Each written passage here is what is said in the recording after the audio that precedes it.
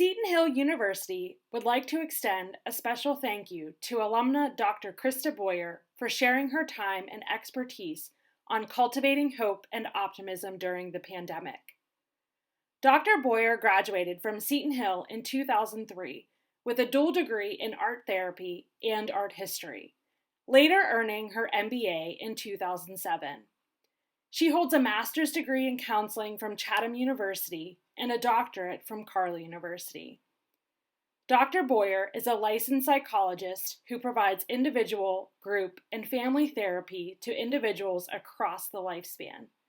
She specializes in mindfulness, depression, anxiety, phase of life issues, relational conflict, and psychological evaluations and diagnostic assessments.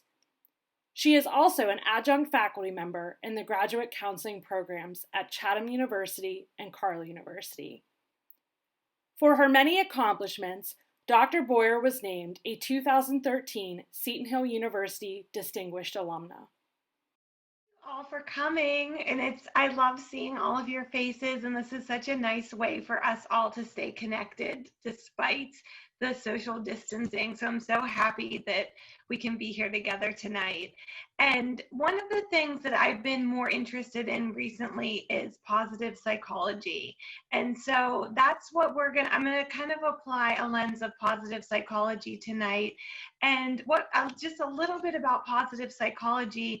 It's all about the science of happiness and wellness.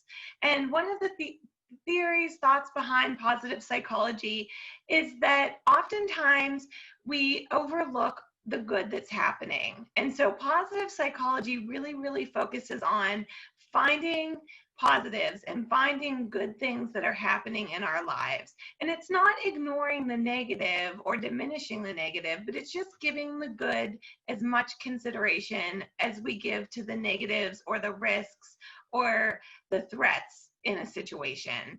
And so that's what I kind of want to talk about tonight is how can we find hope and optimism in the midst of a pandemic when everything kind of feels like it's falling apart.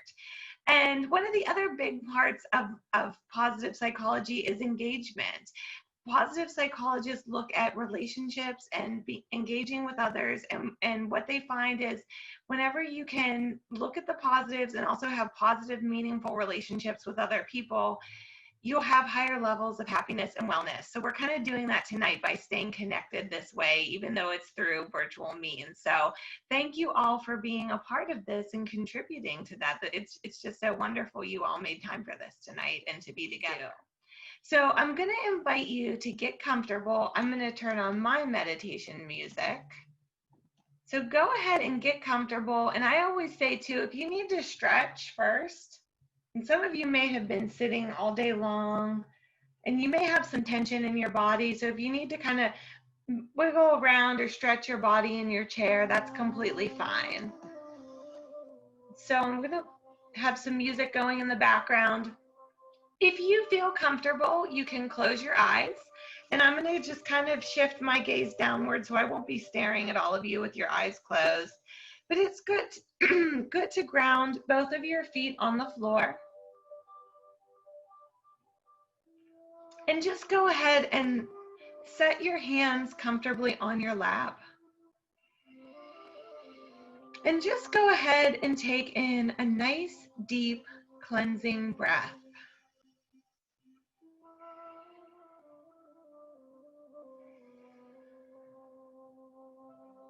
And just focus on the sensation of the air coming into your lungs and how nice that feels.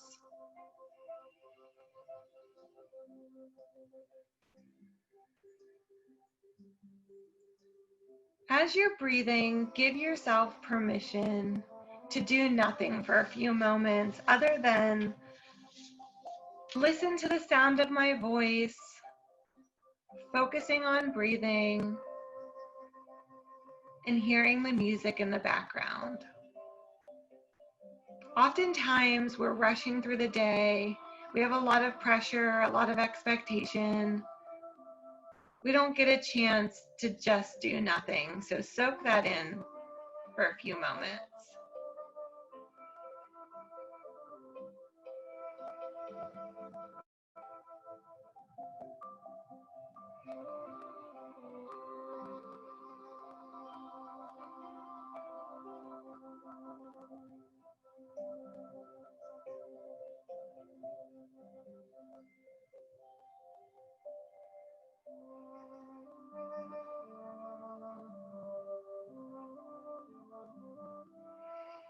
Now, as you're breathing, I want you to imagine that each in-breath fills you with ease, and each out-breath carries away tension and stress.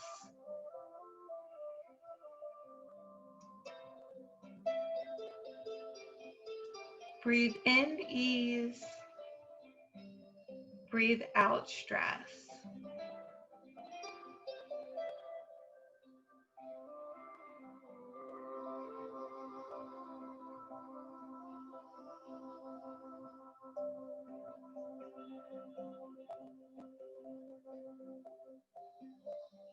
And as you're breathing, if you notice any thoughts coming up, just allow them to be.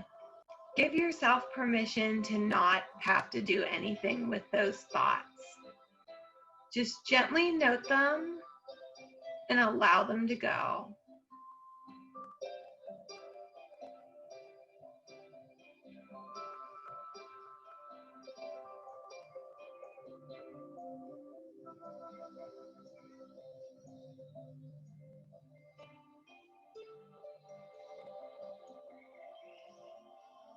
Again, each in-breath fills you with ease, and each out-breath carries away tension and stress.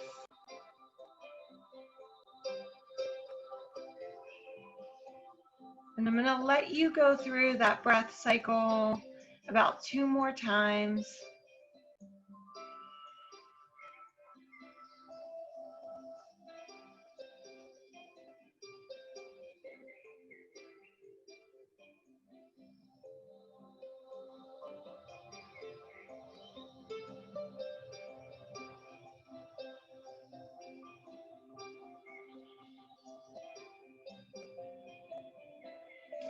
And then you can just gently, slowly start to bring your awareness back to the session.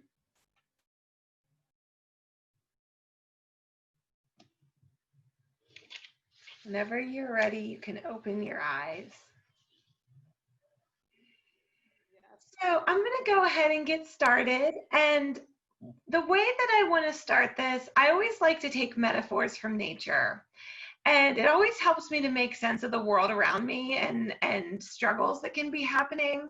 And so I feel like the best metaphor from nature regarding the pandemic is the metaphor of a forest fire.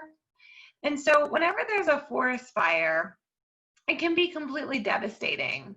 And after a forest fire rages, things are never the same after the forest fire is over. And you can feel really helpless in the middle of a forest fire. But the things that are positive about a forest fire, when a forest fire is kind of raging, it can take away the dead trees, and the younger trees that still have a little bit of life left in them, they usually survive the forest fires. And the thing about the older trees, whenever they burn up, nutrients from those old trees are released and go into the ground. And so things that are kind of like stuck within us that maybe we didn't have time for before, the forest fire can kind of break that out and go into the soil and make room for new life. The other thing about a forest fire, it also kind of clears all of the brush away from the bottom of the forest floor. And so that allows sunlight and those nutrients to get into the ground, and it sort of paves the way for new growth. But without the forest fire, none of that would have been released. And also it kind of clears the way at the top of the forest. It allows that sunlight to come in because all those old trees get taken out. And after some time, new growth starts to happen, and then there's new possibilities, and things aren't going to be the same as they were, but all of these things are going to regrow, and then the forest is going to be really lush, and the dead stuff is going to kind of go away. And so that's the way I've been approaching the pandemic is things are probably not going to be the same. And that's okay. And we can take this time. And if we really, really take the time to work through whatever we need to work through, this is going to allow for new growth. And for some people, it might be giving us a rest and a time to kind of recharge and a time to kind of look inward so that we can grow and move forward.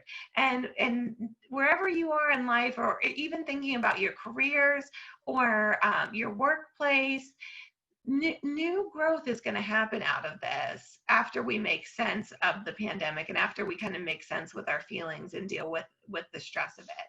So that's how I wanted to start, and I'm hoping that you all can think about it that way too. But one of the key things that's really, really important, I'm sure a lot of you have been hearing a lot about the importance of mental health right now and taking care of ourselves. And one of the key parts of that is sort of understanding and recognizing our emotions. And that's critical. And of course, this has been devastating for all of us in different ways, stressful for all of us in different ways. And it's important to kind of acknowledge those feelings. So remember earlier when I said about positive psychology involves looking at the positives, that doesn't mean we ignore the negatives. That means if we're feeling a certain kind of way, we kind of acknowledge that. And I always tell my clients or my students, our feelings they can kind of be like a crying baby. And if you don't tend to a crying baby, it just continues to cry. Or a small child, if you don't pay attention to a small child, what does it do? They act out. They start behaving in a disruptive way. And so if we don't acknowledge our feelings, they get louder and they start to come out in other areas. So if you have a day where you're feeling kind of down, or you may notice your feelings ebb and flow. If you're having a day where you feel down, pay attention to that and maybe take the time to nurture yourself a little bit.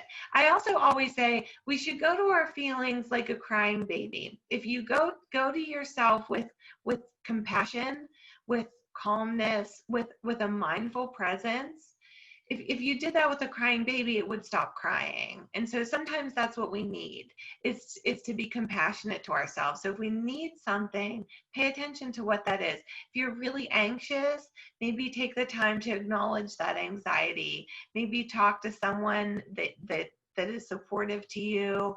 Maybe take a few deep breaths. Find activities that are relaxing for you so that you feel soothed and calm. So I wanted to take a second to just check in, and I'm wondering what was all of your emotional reaction? Maybe you're still having a reaction, or maybe you have days where some days are good, some days are bad. I'll start by sharing whenever this all started and we really didn't know what it was. I remember from the universities where I teach, I just kept getting email after email after email, and hearing all of this just getting overloaded with information and still not completely understanding what is this thing that we're dealing with.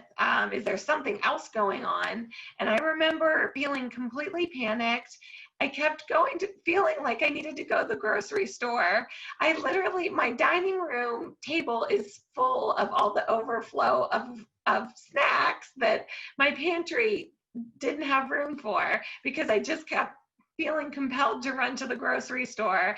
And I remember walking around the grocery store thinking, is this the last time I'm going to be in a grocery store? And just feeling totally panicked and overwhelmed. And then I acknowledged that. I slept on it. And then the next day I researched the Spanish flu pandemic and realized we went through this before, we'll be fine. But I had to have that moment of like freak out, and then got a little more logical the next day. So I definitely felt a lot of stress. And then after that, I remember just feeling really sad, just really, really sad, because I knew a lot of people were hurting, and just kind of absorbing that sadness, and also just feeling bad because I was thinking about all of the people that were going to be affected by this in different ways. And so that sadness was kind of overwhelming. And I really had low energy for about 2 weeks, where I just was sleeping really heavy and didn't have very high energy, and just I needed that time to turn within and relax a little bit, because it was heavy for a little while there for me. So Yeah. we all probably are experiencing different feelings now. It might be a little bit different than whenever everything started, but yeah, the uncertainty is big. The stress, it's scary out there. All of these things are things that I'm hearing from a lot of the clients that I'm working with right now, and it's understandable and valid that you've all been feeling that way. So that's my first point, is just kind of paying attention to what are your emotions telling you, what do you need, and acknowledging them, and taking care of yourself, and knowing that it's okay to feel whatever you're feeling. Going from there, the next part that's really important is kind of managing the stress response. So when I was at the grocery store buying up all of the snacks, my sympathetic nervous system was activated. And I always like to remind people, when our sympathetic nervous systems are activated, that's like the fight or flight response. And so that's the typical stress response. We feel a stressor, we experience a stressor, and then our body reacts. And I always remind people, when our sympathetic nervous system is activated, no logical thinking can happen. So typically our behaviors are a little more irrational, our thoughts are a little more irrational, and it's not the best time to make decisions. And that I kind of talked about how, I was in the store buying up everything, and then I slept on it, and then the next day I was much more logical. So I want you all to be mindful whenever your sympathetic nervous system's activated, whenever you're feeling stressed, and throughout this whole situation, there's going to be ebbs and flows with this. There might be some days that you're feeling okay, and then other days not so much. And it's just kind of going to change. And we don't know, we can't control this virus. We can't control a lot of aspects about it. We have to be prepared. There's going to be some ups and downs. And so there might be days where your anxiety is really going to spike up. So just be sort of mindful of that. Notice if you're feeling tense, if your heart rate goes up, if you're short of breath, really feeling on edge, your sympathetic nervous system's probably activated. And this is an adaptive thing that kept us alive whenever we lived in caves. But unfortunately now, and it's also the thing, like if a deer runs out in front of you, it makes you press on the brakes. But as soon as the threat is gone, usually we calm down. The issue with our thoughts kind of triggering our sympathetic nervous system, oftentimes our thoughts still rouse that sensory reaction. And sometimes when I'm working with my clients and I'm doing some type of an imaginary where I'm doing some exposure therapy with them, and I'm having them imagine a stressful situation, oftentimes I'll notice I'll have them close their eyes and put themselves in that stressful situation so we can learn how to relax. They're in their heads thinking of something, and their body starts to respond. So if they're afraid of heights and I have them imagining that they're standing at a skyscraper looking over, their body starts to respond like that. So that speaks for how powerful our thoughts are. Our thoughts can really, really trigger our senses and put us in a place that feels really dangerous. So it's important to remember, if your sympathetic nervous system's activated, don't make decisions then. That's not a good time to make decisions. Sleep on it. Just kind of acknowledge if you're feeling stressed out, let that stress response sort of run its course. It's also good to get up, take a walk. Physical activity can help that stress response kind of dissipate. Meditation, mindfulness can help. There are lots of good YouTube videos with just that little meditation I did at the beginning. You can find different guided imagery or different scripts, or even just listening to calming music, or doing progressive muscle relaxation. All of that can help the stress response kind of dissipate. So I just wanted to mention, it's very, very normal to sort of tense up and feel stressed out with all of this. The other thing that's important to do is to remind yourself of safety supports. And so this is what I've also been telling people that are immunocompromised or are worried about going out. Remember, if you're taking precautions and you're doing everything you can in your control to keep yourself safe, then then your risk goes down a little bit. So always look at the safety supports. And that goes back to the positive psych part. When our sympathetic nervous system is activated, all we pay attention to are threats. And so you have to work a little bit harder to look for those safety supports. And also remember that we're all extremely resilient. This pandemic, it does stir up a lot of anxiety because we haven't dealt with anything like this before in our lives, but we've definitely dealt with change. We often forget that we've dealt with big changes in our lives before. Maybe nothing that felt like this, but I remind my clients, when we're in kindergarten and we think about going to first grade, that feels really scary. But you know what? We end up going to first grade and we make the adjustment and we forget about those growing pains we went through. And then we go to first and second and third and fourth. And then, we go through all of these adjustments, but we don't give ourselves credit for doing all of the adjustments. So we are very, very resilient. We've been through so many changes throughout our lives that we don't give ourselves credit for. And we will get through this. When we get through all of this, it's going to remind us that we can handle a lot of other things in life that are uncertain, because that's really, change is a part of being alive. Sometimes in Western culture, we don't like change and we forget that everything's always constantly changing. This is just like a big, big change for all of us. So going off of that is thinking also about whenever we're facing some type of change or uncertainty, it's always really important to step back and list, what can I control and what is out of my control? Because whatever is out of your control, oftentimes it's good to acknowledge what is out of our control and to not give it too much of our mental energy.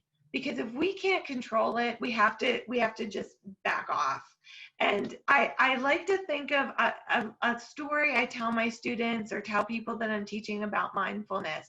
With things we can't control, or even just learning to be mindful in a situation, there's this story of a teacher walking with some students and they encounter a huge boulder. And the teacher says to the students, how heavy is that boulder? And the students start throwing out different weights, like 3 tons or 10 tons, whatever. And the teacher says, it's only heavy if you try to move it. And so that's what I like to think about with things that are outside of our control. We can try to push and shove and put all of this effort and mental energy into trying to move this thing. And at the end of the day, we're going to be completely exhausted and it's not going to have moved at all. So when we acknowledge what we can't control, then we don't waste that energy. So you can give yourself permission to just kind of step back from the boulder. So whatever that boulder is for you in this situation, kind of acknowledge it, name it. And when you notice you're trying to push on that boulder, just step back. And like I said, when we did the meditation, just give yourself permission. You don't have to try to move the boulder. And so then you pay attention to what can you control. So I'll give you an example. My summer session started and I realized it was going to be through Zoom. And I was really disappointed that I wasn't going to be able to be with my students in person. And I was bummed about that, but I can't control it. And so we're doing Zoom. And well, I had the choice. I could just put information out there and have the students respond in discussion boards, or I could do Zoom. And I thought, that's what's in my control. I can choose the format, and then I can also choose to come to class with an extremely energetic, positive attitude, because I know my students are putting so much time and money into their education that I am not I'm not going to sell them short, and I'm going to make this the best experience I can make for them. And that is what is in my control. And so far it's been really lovely. We've had these amazing Zoom sessions, and we've found a way to engage with each other and have that real connection. And the difference was that I realized I had a choice, and I put my energy where I had that choice. And so if you want to jot down, or even you can think about, in this situation, what is in your control and what is out of your control. So like the best example is we can't, everybody can't go to their regular offices, or there's going to be some things depending on where you work or what's going on with your situation.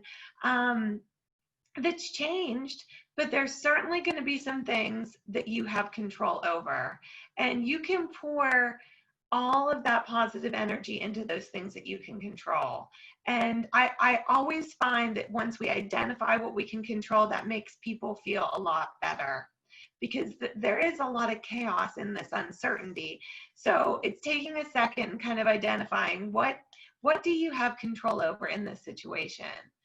Okay. So for some of you that are working from home right now, when we're talking about routines and what's in our control, I have been hearing this from a lot of people that are now working from home, because we don't have the boundary anymore of walking out of our office. It's, for some of us, we are already kind of have a hard time leaving work at work, but if you're working from home right now, it's even worse, because you can't walk away. It's like, I'll send one more email, or I'll just finish this project. It's harder. People are working a lot more because they're at home.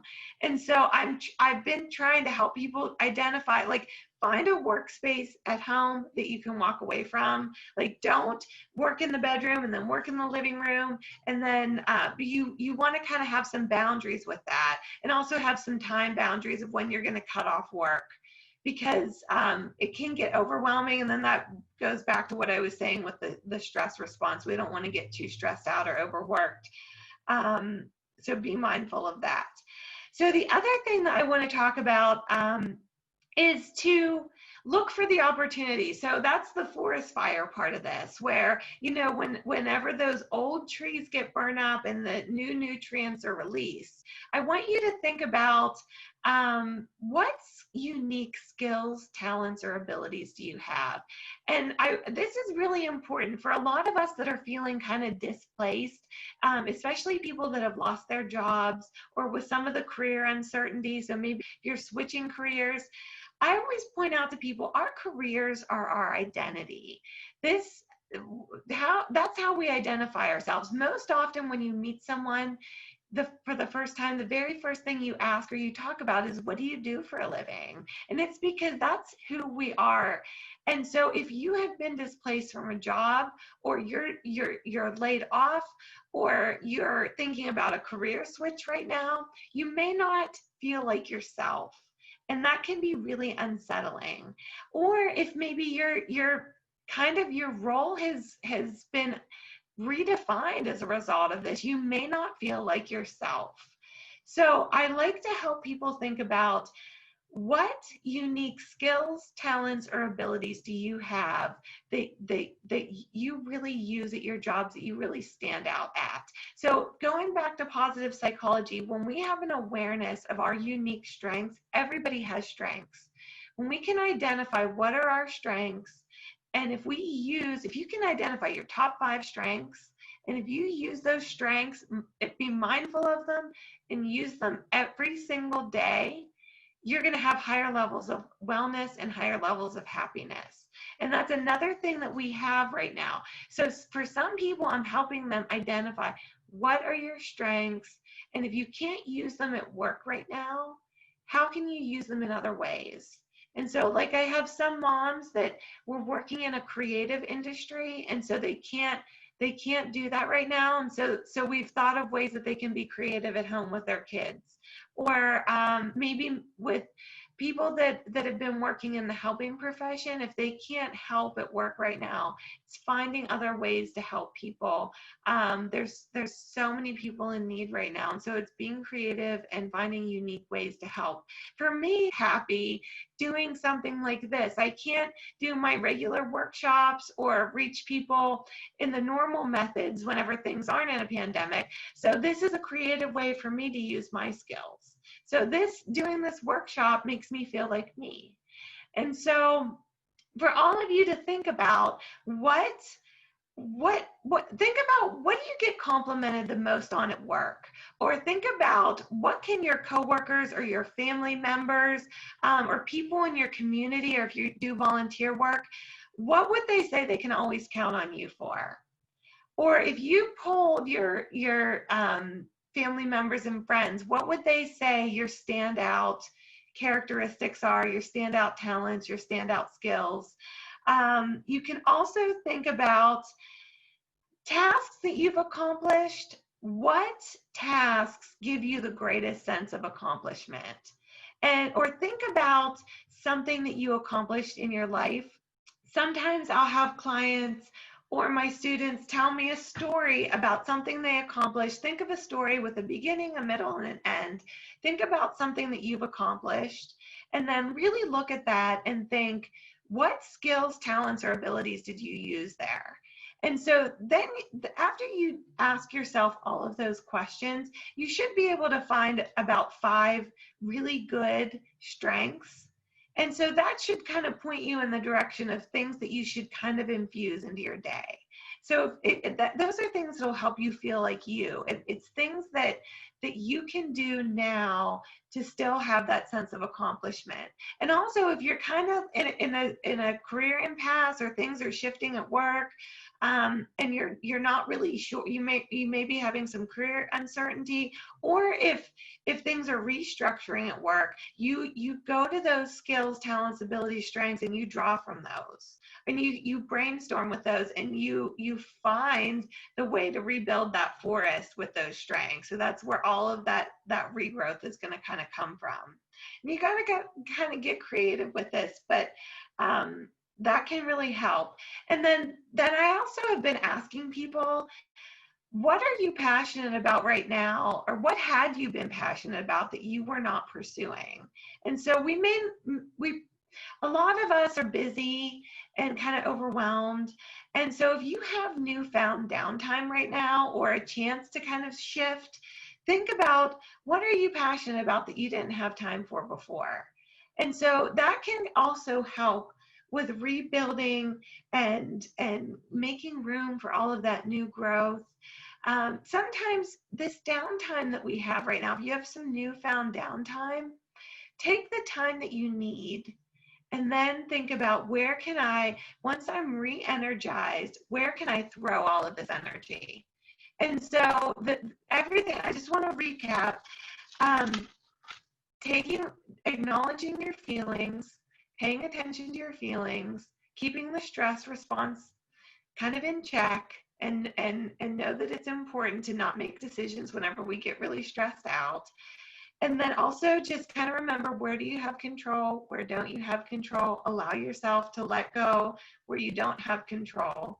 Pay attention to your unique strengths, your skills, your talents, your abilities, and think about how you can use those in unique ways now that things have been shifted. And then take time for you, take the downtime. And once you re-energize, think about how that forest is going to come back to life. And I think this is all going to be beautiful in the end. I am myself really excited to see the new possibilities that are going to come out of this. Things are going to be different, but there's going to be new growth. Some good things can happen. It's a tough time. I don't want to communicate that I don't think this is a hard, difficult time for a lot of people. And it's sad and scary for a lot of people, but I definitely think there's lots of room for growth. And so that's where I want to kind of leave you. Yes. Thank you for all being here.